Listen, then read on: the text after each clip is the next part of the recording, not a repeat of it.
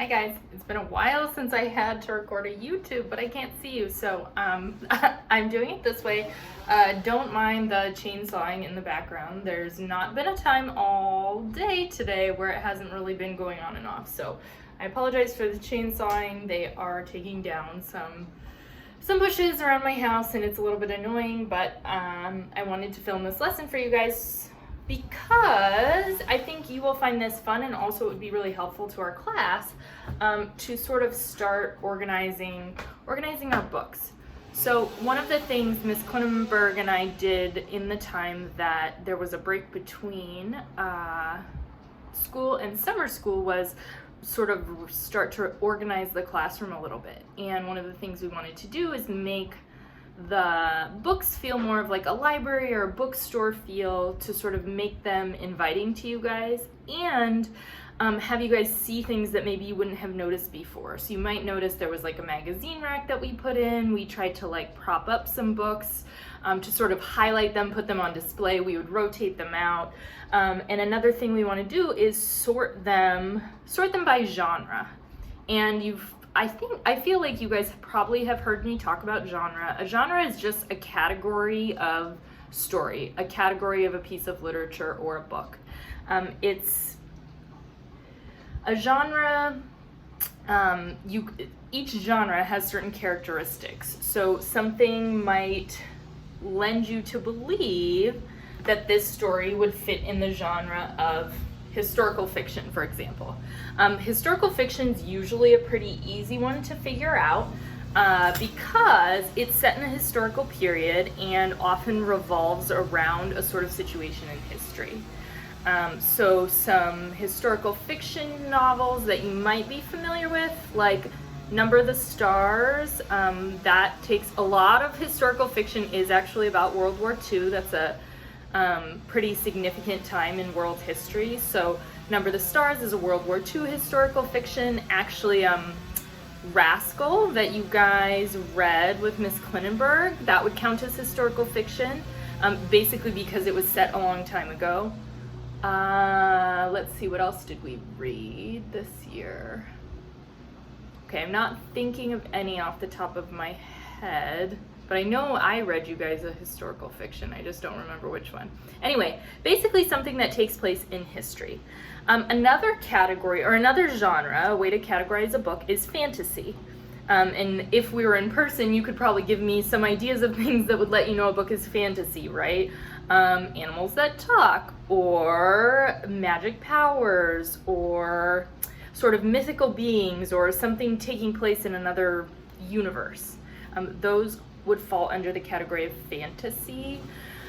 Fantasy, personally, is not my favorite genre, so I'm having a hard time thinking of books off the top of my head. Of course, Harry Potter is definitely a primary example of fantasy. Also Twilight series, which is a little too old for you guys, but that's where the people are really vampires, right? Vampires aren't real. Harry Potter definitely is a primary one that would fit in fantasy. Of course, I'm sure you have read other ones that would fall there. The BFG is fantasy. Some of those sillier books by Roald Dahl. Mrs. Pigglewiggle would actually fit into fantasy, right? Because she has sort of magic powers with kids. Okay, so we've got those fantasy and historical fiction. And maybe actually you guys want to be writing this down. You could take some notes on the board to help you remember when you're sorting. That might be a good idea. Or if you want to do it on paper too.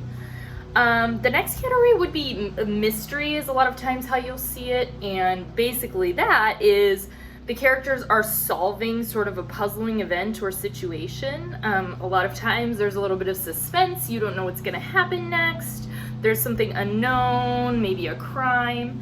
And with mystery, I actually sort of added adventure, because mystery and adventure a lot of times go hand in hand. So adventure stories, usually it's a character on a journey somewhere, sort of facing a difficult situation. And I think that The Incredible Journey would actually fall under mystery or adventure, because it was an adventure story of those three animals, right? Going from one place to the other.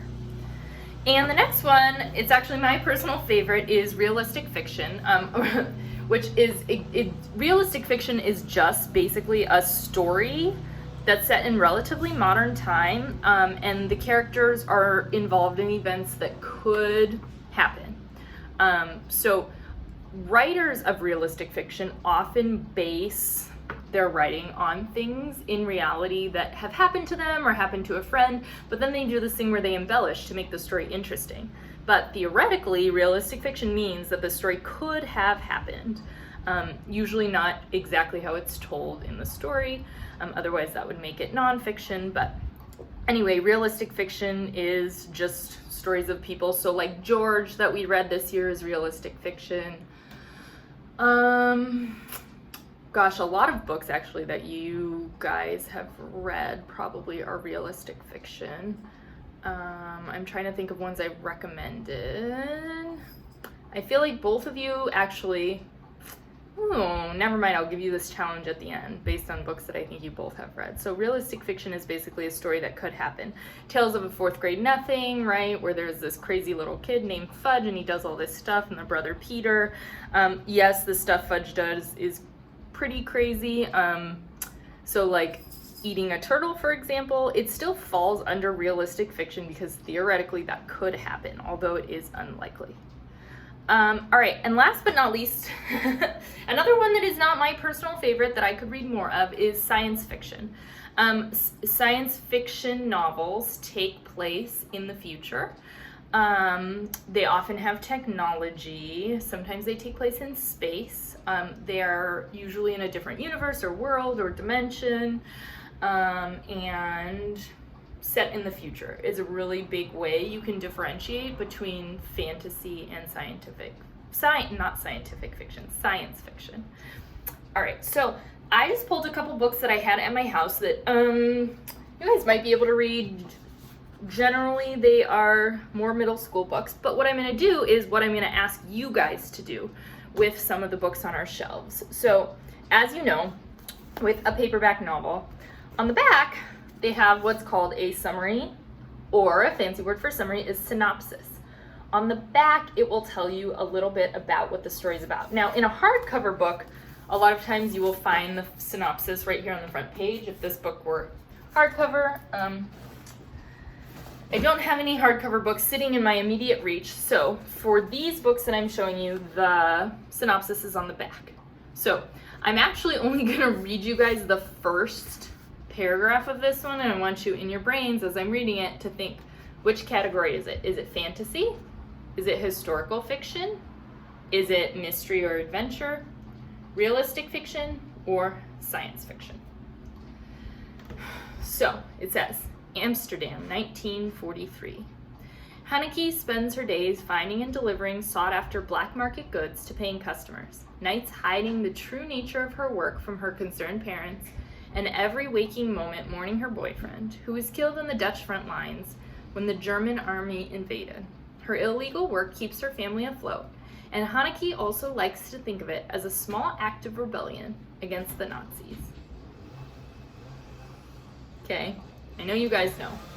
So, Girl in the Blue Coat, I would put this in my historical fiction pile. Next one is called The Pearl, and it's by John Steinbeck. He is a famous author. Sometime in your life you will read a John Steinbeck novel. It's just going to happen. There are a lot of famous ones. The Pearl is actually, it's really short, and it has a good message. It's one of my favorites. I haven't read too many Steinbecks, but they are important books, and I do have a stack of them that I'm meaning to read. So here is the synopsis of The Pearl. The Pearl is an enduring and classic fable, sensitively told in simple and beautiful language. It is the story of a fisherman who found a pearl beyond price, the pearl of the world.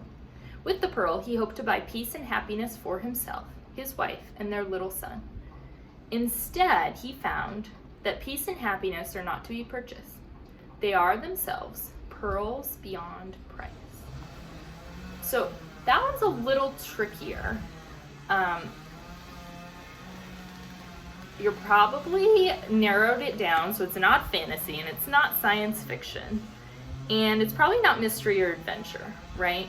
So On the front cover, it also says a timeless and unforgettable novel of men and women and good and evil. So this one really, I would not, so it's between historical fiction and realistic fiction.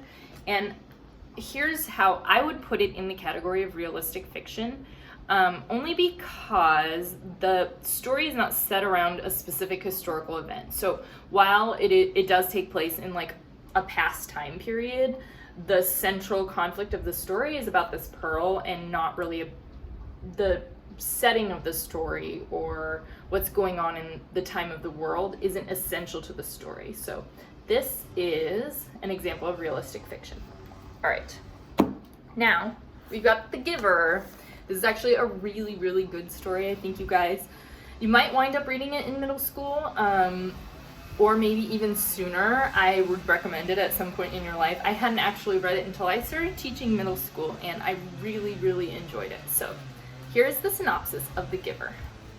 Jonas's world is perfect. Everything is under control. There is no war or fear or pain. There are no choices. Every person is assigned a role in the community. When Jonas turns 12, he is singled out to receive special training from The Giver. The Giver alone holds the memories of the true pain and pleasure of life. Now it's time for Jonas to receive the truth. There's no turning back. So that one, again, is hard to tell. That's a short synopsis on the back. But I'm sure in your brains, you guys are like, this is either fantasy or science fiction. Because there are things that aren't real, right? No war or fear or pain, no choices. Everyone lives in the community. And the giver is this guy on the front who has the memories, right? So like the idea of someone else holding your memories clearly isn't real. So it's between fantasy and science fiction. And the reason why I would categorize this as science fiction is because it's set in sort of like a perfect world, which we call a utopia. You guys will learn that probably later in your schooling. So it's a world that they create to be perfect, because of things that go wrong in society. So probably set in the future, which is the main difference, I think, between science fiction and fantasy. So this is science fiction.